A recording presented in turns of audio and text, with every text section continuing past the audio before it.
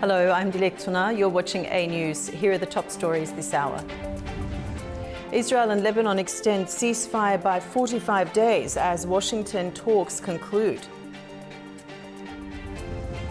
The US plans to announce criminal charges against former Cuban President Raul Castro.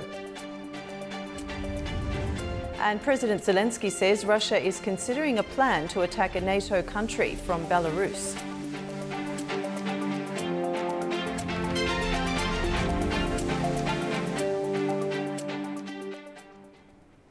Following 2 days of direct talks in Washington, Israel and Lebanon have agreed to an extension of a ceasefire.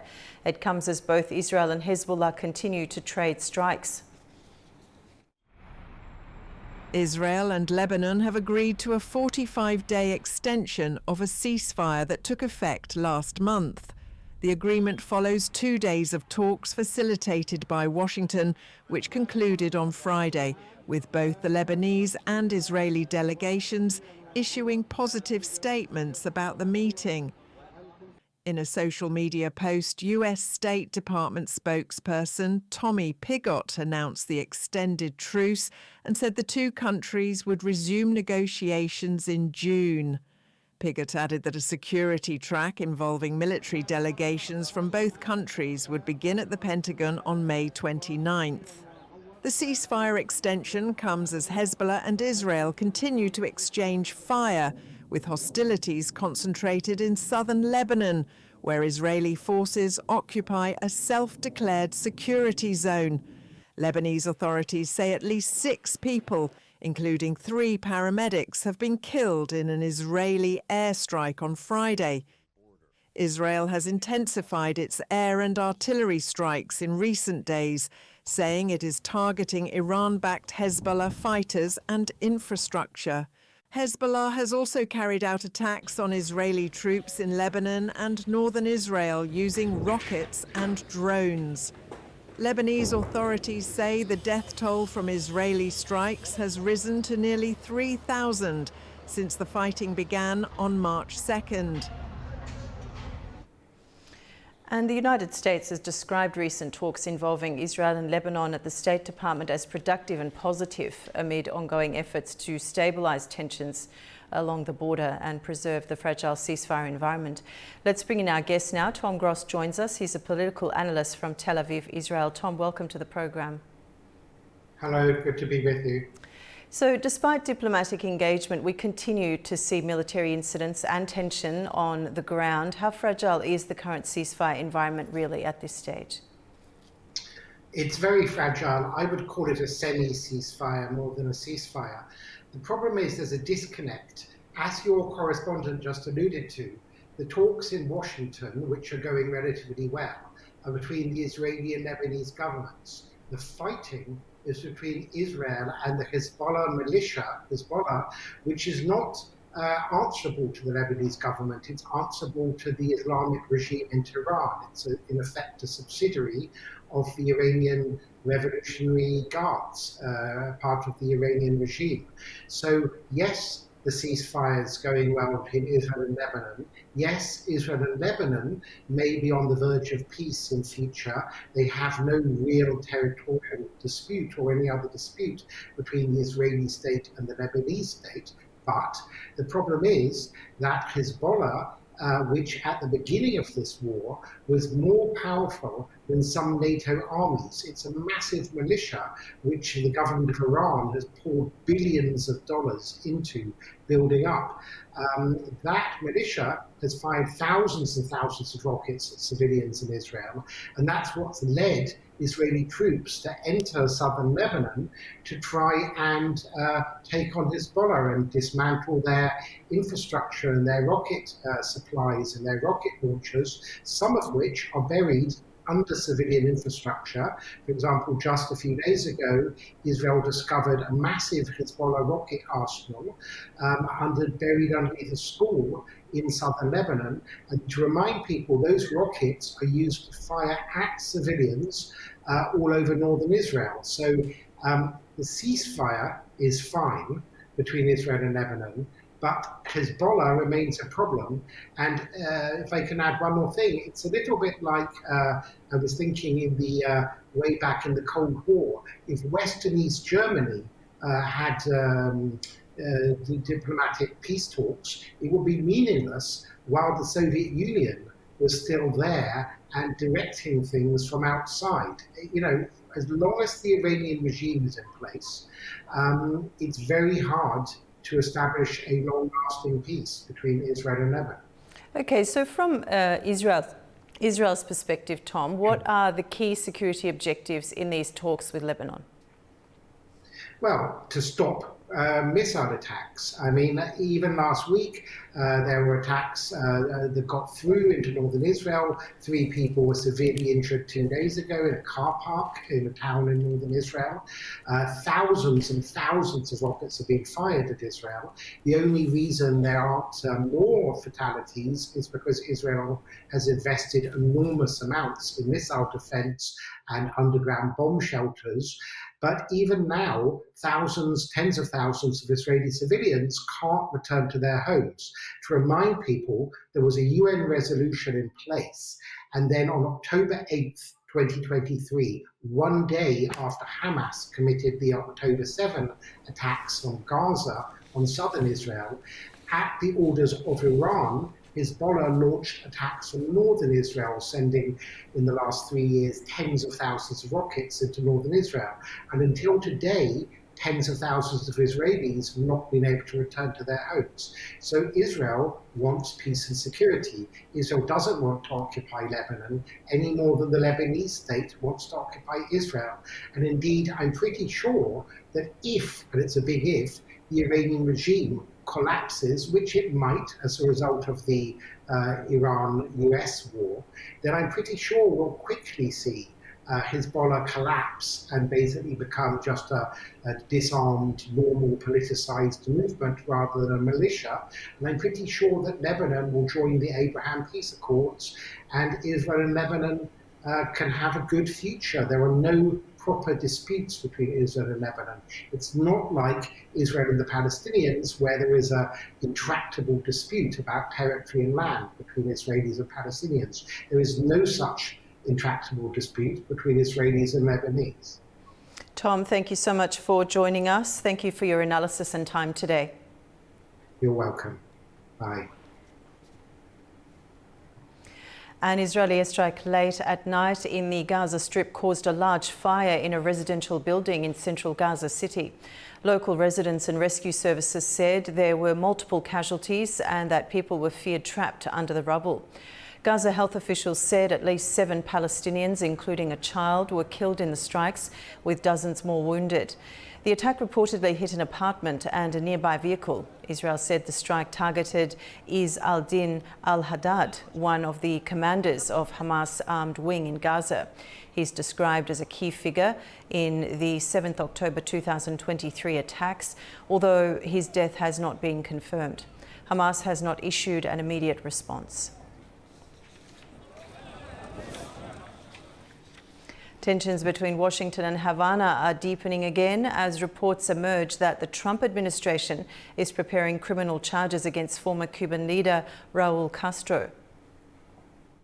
The Trump administration is reportedly preparing to indict former Cuban President Raul Castro over the 1996 downing of aircraft operated by the Exile Group brothers to the rescue. According to US officials cited by Reuters, federal prosecutors in Miami are expected to announce criminal charges next week linked to the incident in which Cuban fighter jets shot down 2 civilian planes. At the time, Havana defended the operation as protection of its airspace, while international investigators later concluded the aircraft had been shot down over international waters. The possible indictment of the 94-year-old former leader would mark a major escalation in Washington's pressure campaign against Cuba's communist government. The development comes amid already heightened tensions between the two countries. These small airplanes were unarmed. President Donald Trump declined to comment directly on the reported plans, but said the United States had a lot to talk about regarding Cuba. Well, I don't want to comment on that. I'll let DOJ comment on it. But they need help, as you know. And you talk about a declining country. They are really a nation We're a country in decline, so we're going to see. We have a lot to talk about on Cuba, but not maybe for today. The Trump administration has increased sanctions pressure on Havana in recent months, including measures targeting fuel supplies as Cuba struggles with severe shortages, blackouts, and a worsening economic crisis. Just days earlier, CIA Director John Ratcliffe traveled to Havana for rare talks with senior Cuban officials, delivering a message from President Trump that deeper economic and security engagement would depend on what Washington described as fundamental changes by the Cuban government. Cuban officials have not directly responded to the reported indictment plans, although Foreign Minister Bruno Rodriguez said on Friday that Cuba would continue on what he described as a path of sovereignty despite sanctions and threats. Analysts say any criminal case against Raul Castro could push relations between Washington and Havana to their lowest point in years, further complicating already fragile diplomatic contacts. A joint US-Nigerian operation has targeted one of ISIS's most senior figures as Washington expands its security support for counter-terrorism efforts in West Africa. Donald Trump said Abu Bilal al-Minuki, described by him as ISIS' second in command globally, was killed in a mission carried out by American and Nigerian forces. The Nigerian national was listed by Washington as a global terrorist in 2023. The operation comes as the US provides drones, training and intelligence support to Nigeria against ISIS and al-Qaeda-linked groups.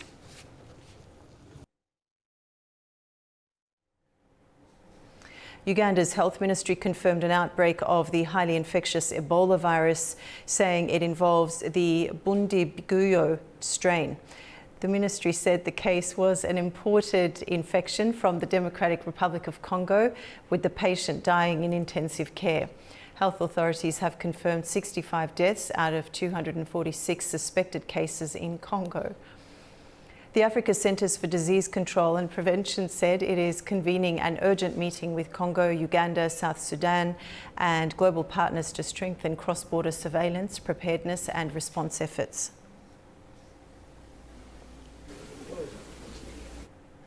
President of Ukraine, Volodymyr Zelenskyy, said on Friday that Russia was seeking to draw Belarus deeper into its war in Ukraine and was weighing plans to attack Ukraine's north or a NATO country from Belarusian territory. There was no immediate Russian response to Zelensky's comments. The president also added that Ukraine knew of additional contacts between Russia and Belarusian President Alexander Lukashenko to persuade him to join new Russian aggressive operations. The Russians have become more active recently. I'm referring to their talks with Alexander Lukashenko. They want to draw Belarus much deeper into the war and launch additional aggressive operations from Belarusian territory, either against our Chernihiv-Kiev sector or against one of the NATO countries bordering Belarus. We will be strengthening our forces along the Chernihiv-Kiev axis. Our partners are also aware of what is happening and what Belarus is being pushed toward. We also have Russian documents that propose targets for strikes on Kiev. Strikes on Kiev and other Ukrainian cities, specifically political and military facilities where the army leadership or the government might be located, and here on Bankova Street. Meanwhile, US and British troops in Lithuania have joined industry experts to test new systems aimed at countering the growing drone threat. Our report brings more. NATO forces have tested new counter-drone technology at a training area in Lithuania as Allied armies adapt to the growing threat from unmanned aircraft. The exercise, known as Project Flytrap 5.0, brought US and British troops together with industry experts at the Pabrade training area. Soldiers operated first-person view drones, tested jamming devices, and used detection systems mounted on armored vehicles. The drills focused on low-cost ways to disrupt, disable, or destroy drones in realistic field conditions.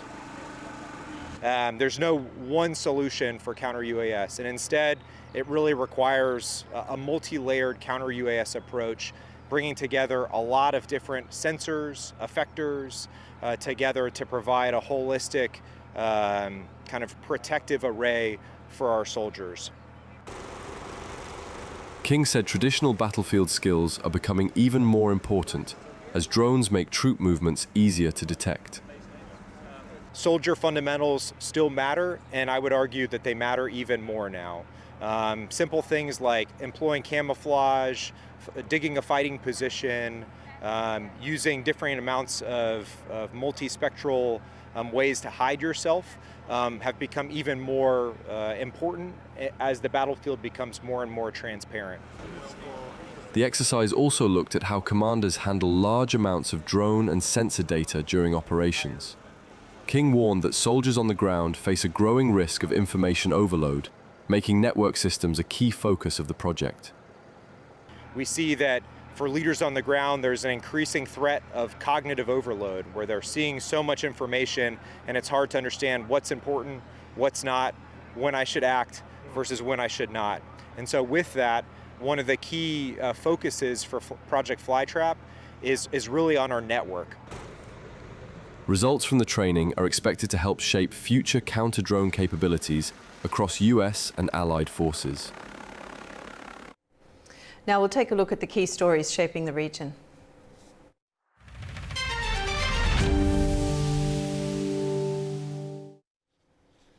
Leaders of the Turkic states gathered in Kazakhstan on Friday for an informal summit focused on AI, digital transformation and regional cooperation. Our Okan Amashov brings more from Turkestan. The city of Turkestan today hosted the informal summit of the heads of state of the Organization of Turkic States, with the digital transformation and AI dominating the discussions between the Turkic leaders. But of course, in the same way as modern digital technologies dominated those discussions, the blue turquoise dome of the mausoleum of Hoca Ahmed Yasavi dominates the skylines of this spiritual capital of the Turkic world. Naturally, a long way to go for the Turkic world to formulate a very unique and strong alliance, akin to many other geopolitical forces. But the fact of the matter is that many Turkic leaders, including the president of the host country, Kazakhstan, today underlined that this organization of Turkic states, is not geopolitical configuration. It's not built to compete with anybody else. But the fact of the matter is that importance of OTS is increasing. It's increasing gradually on the global stage. And of course, there will be certain geopolitical consequences as well. Well, today the Turkic Civilizational Center was established. To be more precise, the virtual groundbreaking ceremony of that very institution took place, with the leaders being present. It has also been mentioned that for the Turkic world to be able to be at the forefront of the digital innovation, some of the measures are to be taken, and one of those measures involve digitalization of connectivity, all the connectivity projects. President Aliyev specifically talked about extensively the cyber optic cable, which is going to be implemented between Azerbaijan and Kazakhstan across the Caspian Sea very soon in the coming months as well.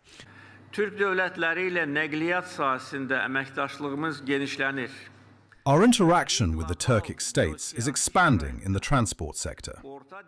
In the current global geopolitical environment, the importance of the Middle Corridor continues further.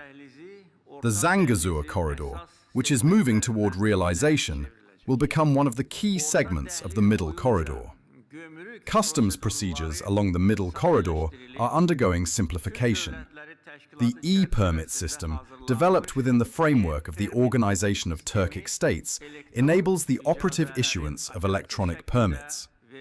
Dear friends, our family, the Turkic world, must grow into one of the influential geopolitical centers of the 21st century. Azerbaijan will continue to spare no effort in strengthening the Organization of Turkic States. Möhkəmləndirilməsi naminə səylərini əsirgəməyəcək. And of course, next formal summit will take place in Turkey, as some of the developments that have taken place today here in Turkestan were in many ways preparation for that official summit as well. Azerbaijan happens to be the chairman of the Organization of Turkic States, with that chairmanship being assumed in Kampala last year, and it is likely that Azerbaijan, together with other Turkic countries, will be shaping the agenda, establishing priorities, with digitalization being at the very heart of the discussions that are to follow. Elbrus Musayev, Okan Amashov, Turkestan, Kazakhstan, News. And now let's bring in our guest to discuss that meeting further. Nurbolat Nishambayev, a professor at Turan University, joins us from Almaty, Kazakhstan. Nurbolat, welcome to the program. Hello, thank you so much for having me. Now, President Ilham Aliyev said the Turkic world should become one of the influential geopolitical centers of the 21st century. How ambitious and how realistic is that vision? First of all, if we compare since the establishment of the Turkic state organization for the last 15 years, we have done great things, from the symbolic meaning to the real institutional organizations. So President Ilham Aliyev mentions on the role of this organization as an institution. I think that's truly possible because member states has a potential which is not using fully yet. But if we see what's happening in Eurasian geopolitics this time, the historical changes giving a great chance for the member states to structuralize and to get active integration in all the field of life, including on nanotechnologies, artificial intelligence, and the economy. So therefore, I think, as the President Ilham Aliyev mentions on the role of the Turkish state organizations as a union, that's truly possible. It also depends on the external influences, I think. Of course, the main thing is having common vision from the member states. We already have this one. This Turkestan informal summit showed us how leaders sees common development. This is very important. The next step is implement all those mentioned programs, declarations, because in particular, without having strong economic foundation, without having strong institutional foundation, it's very hard to sustain for long term. So therefore, for the last 15 years, it was the period to establishment of this organization as an institution.